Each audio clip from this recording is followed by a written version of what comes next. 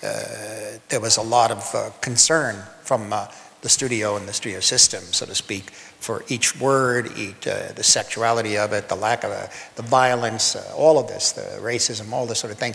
And I just didn't know if I could do it again, if I would have the energy to just go through it again.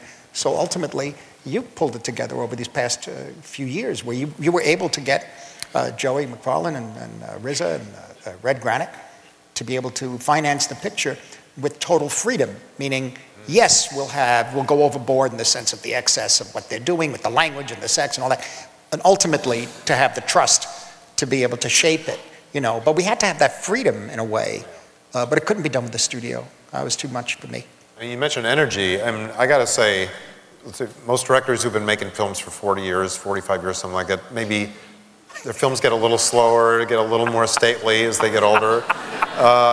This has more damn energy, or at least as much, probably more energy than any film you've ever made, which is saying a hell of a lot. It does, yeah. I mean, you must have the same energy that you have to make a film like this. How well, do you get that was one of the reasons I didn't want to do it, because I know when I get on the set, it's him and Jonah and every Margot and everything, they're looking at me in the morning, and I'm terrible in the morning, and I can't, it's hard to get through the day, but they would give me this extraordinary excitement, and we'd just go, and we had an 87-day schedule, and we shot in 87 days, but know that I knew I had to, I knew I had to be there, but not only that, it's after he finished, I had to live with it with Thelma and myself for another 10 months, 11 months. Right. And then, you have to, and that's when you really kick in the editing room. That's when I kept telling Thelma, ferocious, goddammit, ferocious. Let's kick its ass, let's go.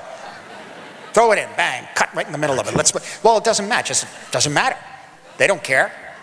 I mean, the characters don't care. What are they gonna, continuity in their brains at that point with that many drugs? Why should we deal with that?